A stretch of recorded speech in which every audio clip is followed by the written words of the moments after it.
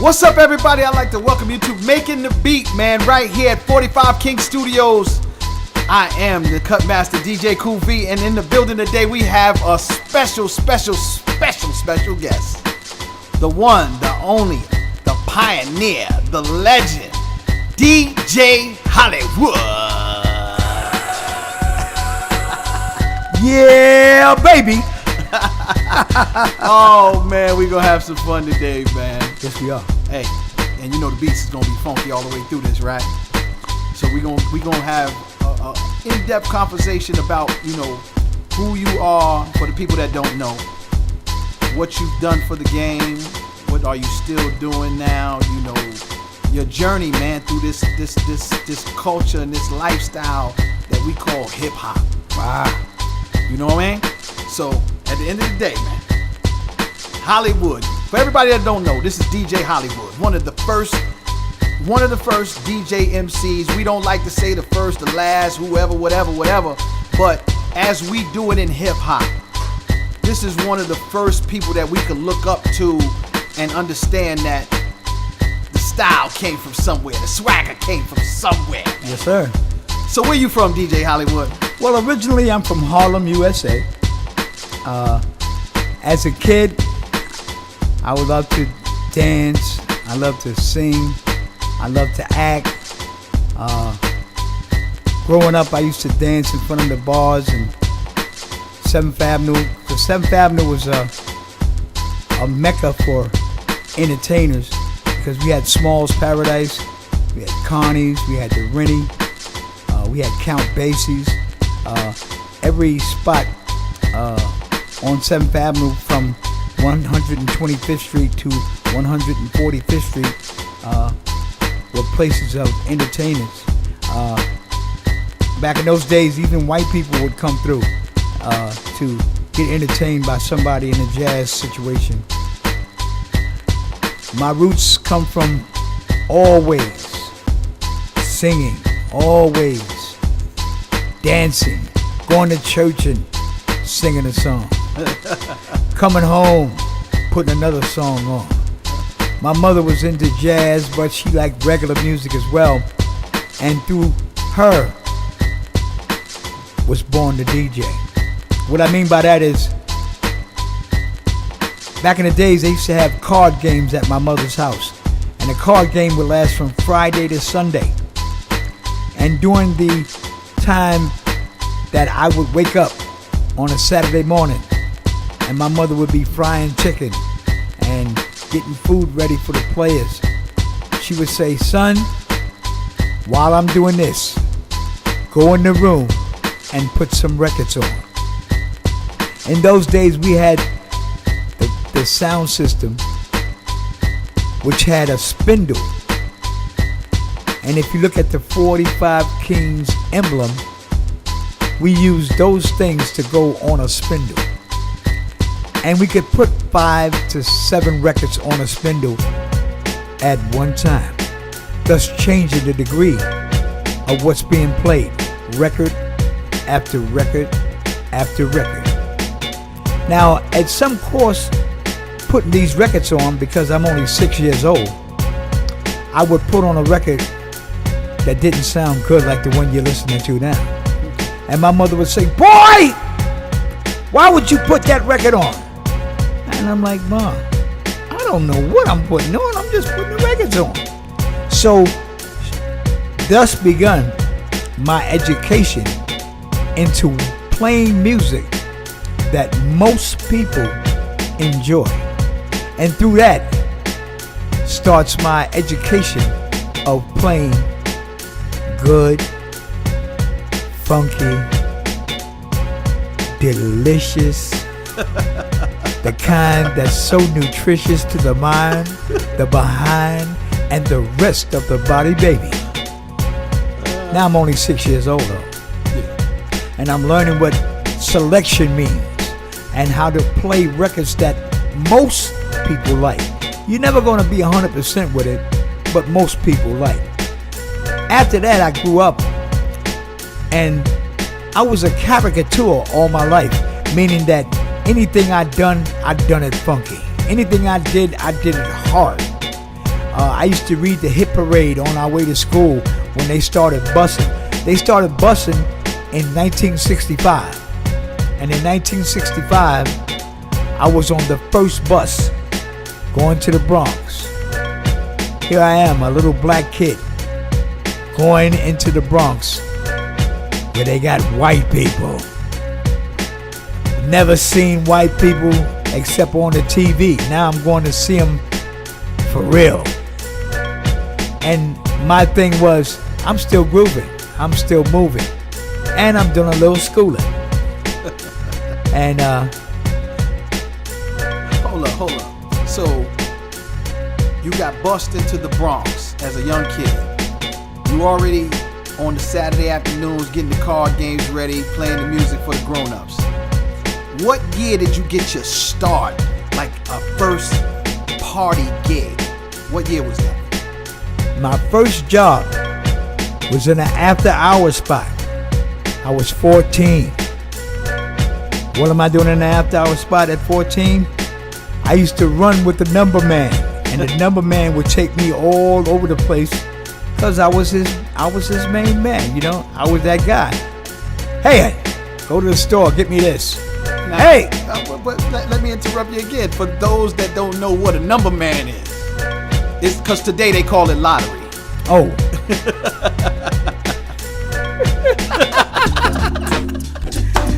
Oh man, that beat switched right on time because I was going from the number man to lotto. Oh my God.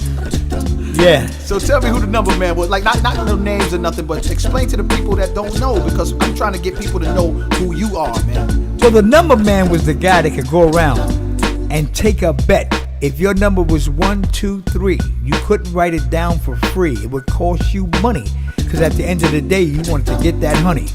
So he would take your number down, write it down on a piece of paper, and it had a carbon copy in it. So he would tear the number slip in half, give you half, and he'd take the other half, and that's your number for not the day, but for the time of the track you're playing on.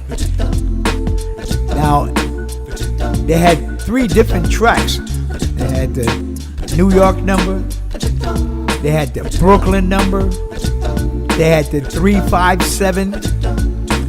They had the Trotters. I said 3. They had a lot of tracks, and you would place your bets with this guy, and he would pay you if your number came out. So he went all over the place collecting bets. He did other things too. We ain't gonna talk about that. Nah, we ain't gotta talk about that. The number man is very important in our history. You know what I'm saying? The number man is very, very important. And you know, we had to just enlighten people that don't know who the number man was. Yeah. Well, like, you know, the number man was before the drug dealer and all that, because situations where you lived in a block, the number man in your block ran up and down the block, taking everybody's bets, putting their numbers together. And in the summertime, they would be the same people that would sponsor bus rides for all the kids in the block, block parties. They would pay for everything. Parents sometimes falling short on their little divvies or whatever. The number man was the man that would look out because he got money all the time. Yeah, so now you with the number man. What year is it that you get your first gig DJing a party, man? This is 1971. Finally, before that, I was just practicing on a table, so that don't even count. But in 1971, there I sat in the after-hour spot with 2 turntables, a microphone, and a mic mixer. Now, you might not know what a mic mixer is, but a mic mixer is a mixer where you could, it was 4 channels, and you could plug microphones into each channel. Found a way to get a guitar plug that you could plug into a mic mixer channel, and it had 2 RCA ends on the other side where you attach your turntable wires and plug it in. Now that's channel 1. You attach the turntable wires on the other one, and that's channel 2, and on the next one you plug in the microphone. So these 3 things are hooked up to control how sound would come out. Now, we didn't have Technique turntables and stuff like that. I had BSR McDonald. If you look that up, you got to get a book that's real old. I'm telling you, real old book to find one of those. But it was like an automatic turntable. It put the record on, and when it comes to the end of the record, it jumps up and it clears out. So now, if you didn't put the record on exactly the way you should, it would jump up and cut off. You wouldn't be able to play it. So that was a whole nother magic that you had to possess to play on a BSR McDonald. Yes, sir. The mixers didn't have a crossfade, so you couldn't hear the record before you put it on. So you had to sneak attack the record. Turn the volume up just a little, just so you can hear where the top of the record is, and you stop it, hold it right there, and when you get ready to drop the next one, you have to turn one knob up and one knob down. So you, after doing your party on the first mic mixer, you learning the techniques of how to bring a record in without the turntable needle popping up off the record. You in the after hours spot, you getting this together. Who were your DJ influences at the spot? Because you couldn't have been the only DJ at that young. So you had to have some influences around. Well, the guy that got me into the game, his name was WT. WT was an old dude that had this sound system, and he transported the sound system from the after hour spot, and I met him traveling with the number man in a bar on Sugar Hill. Wow. He had 2 jobs every day. So he was getting paper. And I was just trying to learn how to do what we're doing.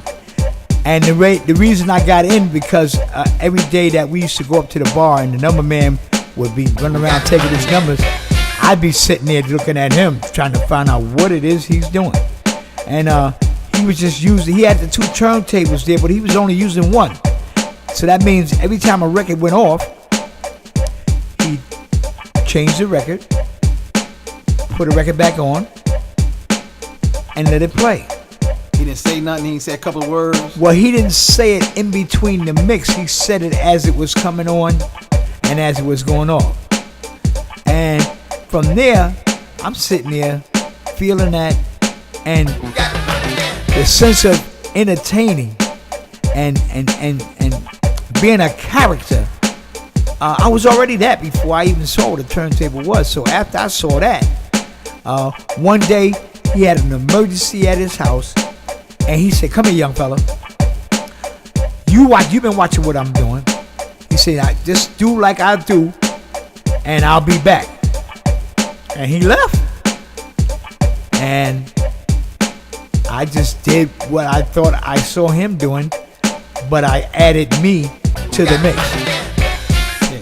So I'm gonna name some historically great DJs over the course of time in hip hop, and I want you to tell me what you feel about them.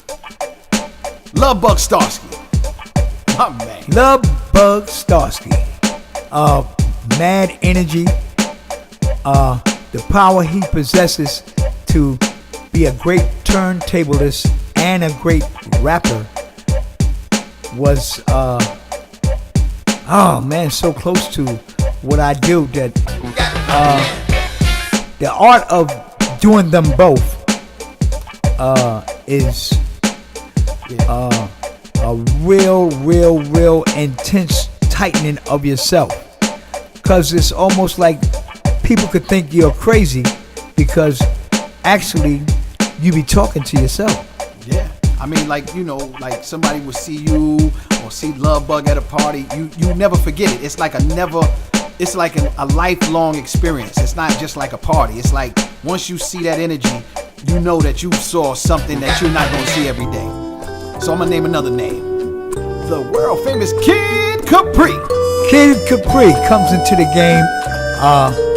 This guy possessed that same pocket of energy, and his love for the music made him an exceptional sound as the beginning of the era changed. I'm before the era change, I am more or less the blueprint of where most guys today are. I ain't the first rapper by a long shot. I ain't the first turntablist by a long shot. But the marriage of both. The first to command that marriage is where I come in, because the people before me, they either played music real well, and the guys that could talk didn't do the DJ thing. They the MC shows or stuff like that. The great Pete DJ Jones, Grandmaster Flowers, Mamboya, Riff and Cliff. These are names that you probably won't know. They get lost in the history sometimes. Yeah, because these guys ran New York sound-wise. And this is before the DJ became the most important, intricate part of what partying is. They made it possible for the change to come. Yeah. What I did was marinate that same groovy feeling they had with the turntables, and I added a voice to it. And by doing that, the game just changed. Yeah. So I'm gonna name one more name to you. Biz Markie. The biz, okay, the biz, you say the biz is coming to this game. Yeah, Biz Markie. Once again, a caricature. Without that, you're only almost good. When you got a character that you can present, when people can see a visual of a man that's really enjoying what it is he's doing. Plus, he got a little rain, a little rocking on his table. It changes the episode of what you're looking at. There are very few DJs that can do them both. It's like there's DJs now. They can say a little something, and they can place a little something here, but they can only talk in periods.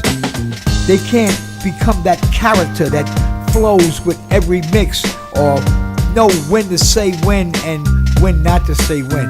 A good DJ that talks don't talk over somebody singing. They talk when they're not singing. And if you could time a record out, you'll come in and you'll drop out when somebody's getting ready to say something. So now, the marriage of that, being able to tell a joke, being able to sing, being able to make variations with your voice, and being able to read crowds of people. In other words, to look at the audience and say, you know what, this is where they need to go right now, and be precise with it. Yeah, so when you came up with the Wu-Tang, you was just in a spot and you just read the crowd and you just came on, because everybody in New York knew Wu-Tang. Yeah, but Wu-Tang comes from a song we used to do when I was a kid. Yeah. You know what I'm saying? When I was a kid, that was one of our little songs. You know, like people say Mary had a little lamb. Well, we had Wu-Tang, I don't wanna go slept all night with my honey bun. Give me some of that yum before I go to bed. Of all the animals in the world, I'd rather. Now, if you notice how my voice is changing and contour to the music, because that's reading the crowd with no wind, no rain. Just the same old groove. As you move along, you feel the fire, you pick it up sometime, pull it back a little bit, and then you come on, cause you're talking all of that. Yeah, so down. Yeah. You know, listen, man, look, who's your greatest entertainer of all time? Oh man, it's gotta be the amazing, I can't see anybody bigger than this guy. I mean, there's a lot of entertainers too, man. I mean, wow. When you look back over the years of checking people coming. Yeah, we're not taking no credit from nobody else. We just saying if you had to throw a name that would like you wanted to be in that presence, you wanted to be in that pocket. Who's that entertainer? Like, because we all got people that we look up to, and we might look up to 10 or 20 of them. But it got to be somebody, because you got that flavor, that swagger. You got, it got to be an entertainer out there that you could say, if I could go on stage with him, I want to be on that stage with him. Oh man, I would melt. Unfortunately, he ain't here no more, but the king of soul music, James Brown. Hardest working man. Oh man, the hardest working man ever. In taking from what he did and incorporating it into my sound was that energy. James Brown had a vicious energy that anybody, anywhere, whether you were paying attention or not, when you heard James Brown, your eyes, your ears, and the rest of your body becomes involved in what he's doing. So now we're going to take it from James Brown, because a lot of people, hip-hop as a culture, we've been learning, we've been taught to separate a lot of things and put labels on things. So a lot of people affiliate you with disco.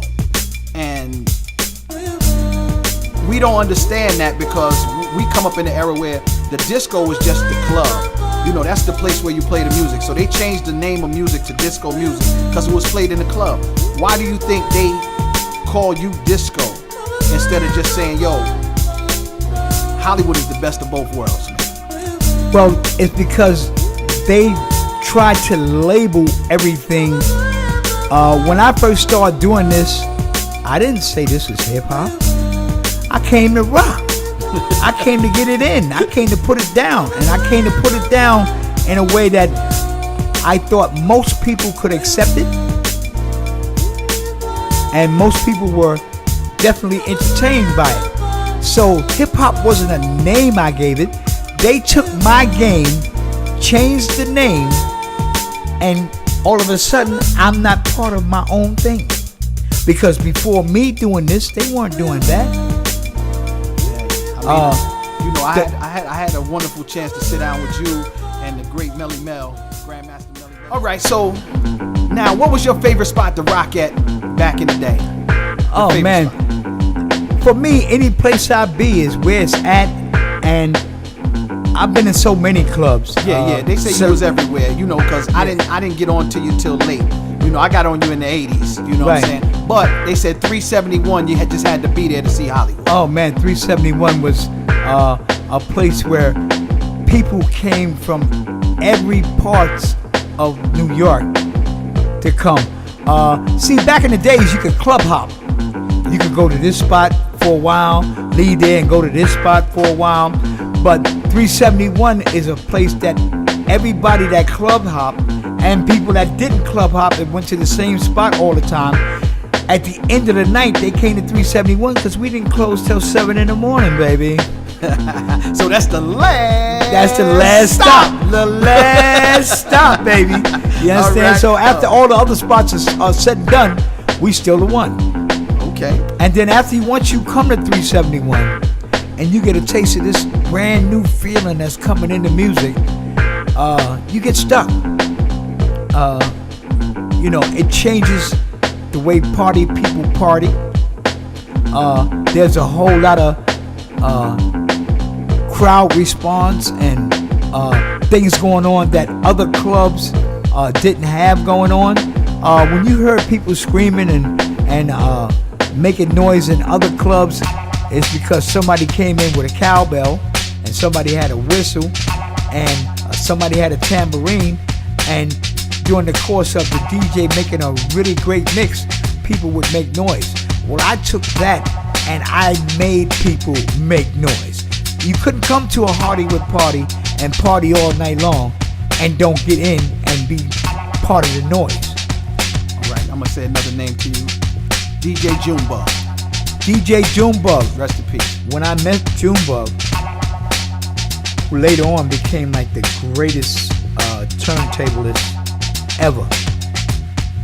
Well, I can't say ever because he ain't lived forever, but in his time period, there was no one that could really touch him in doing what he do. When I first met him, he didn't know how to play at all. Came to 371 just to hang out. He could do the hustle, and had a lot of cats that came to 371 because they could hustle so good. They pulled all the women. Hold up. You gotta tell people what the hustle is, man. Okay. You know, they think you hustling. Oh yeah. This ain't out on the corner passing no things. This is a dance floor thing. Hustle was a dance that two people got together to do, and they had to make it look so amazing with the spinning, the steps being on time, and the mannerism in which you did the hustle was like a language of love on a dance floor. And Junebug, my whole crew back at that time. See, today I'm Team Hollywood. Back then we was Hollywood Corporation. And oh man, Junebug, this guy, when I taught him how to play turntables, I used to drill him so hard, he used to cry sometimes. Like, come on, man, stop riding me like that, man. I say, man, come on, man, shut up and let's get this thing going. After a while, I didn't have to buy records. I didn't have to do nothing. He did everything. He would go. He said, "Yo, this is what we're gonna be playing tonight," and he put it on. And I say, "Oh, yeah, okay, that's hot." And he can hold a beat.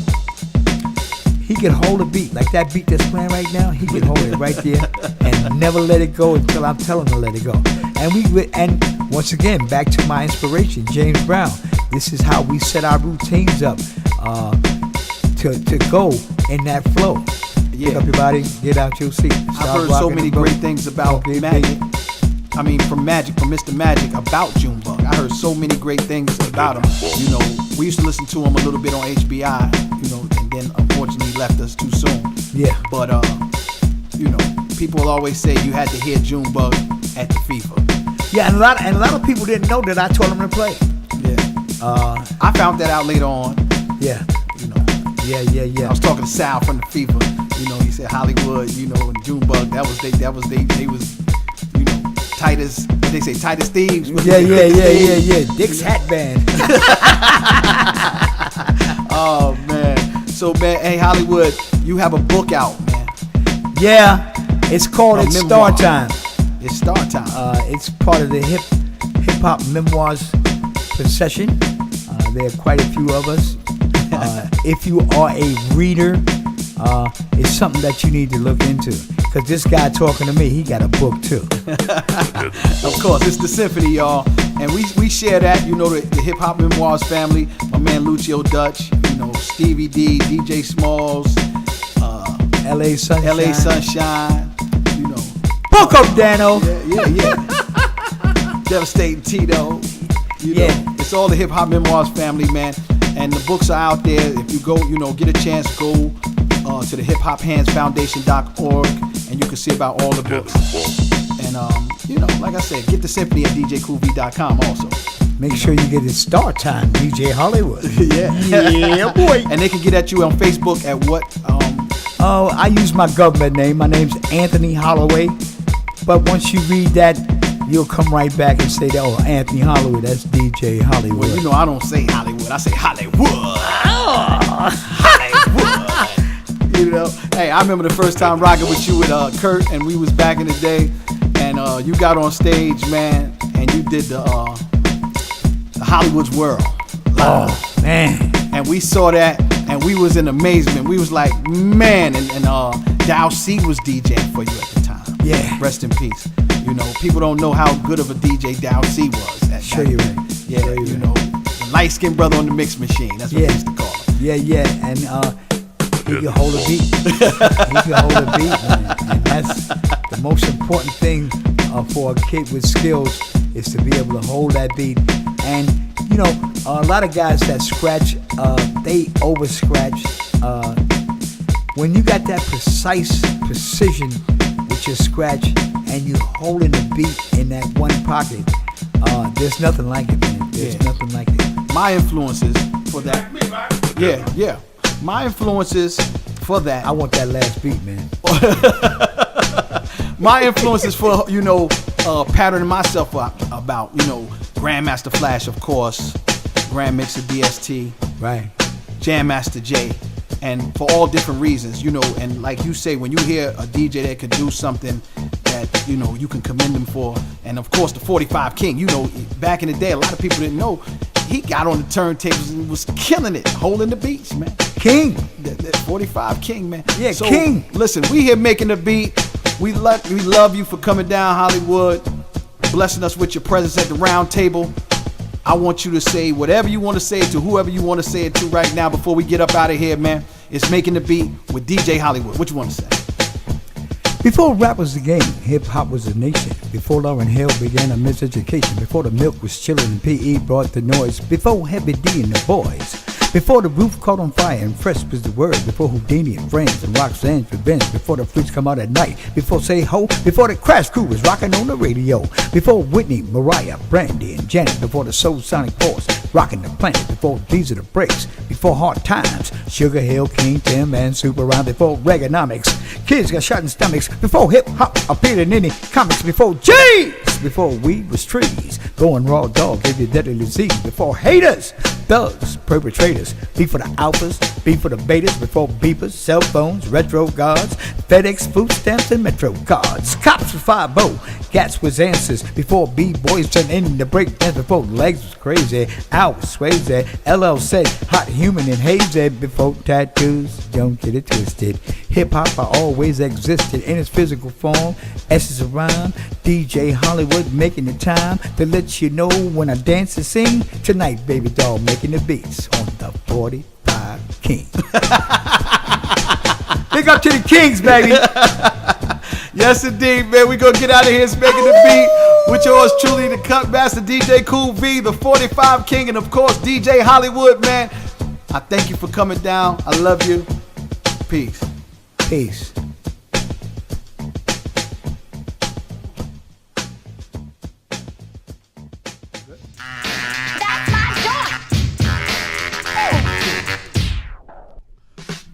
Loco Bananas, Jason Cologne, man. All the family. Yeah, that's family. Loco Bananas. I rep that. I love that. That's family. I am that. Loco Bananas. Who's that girl? 'Cause I'm down by law.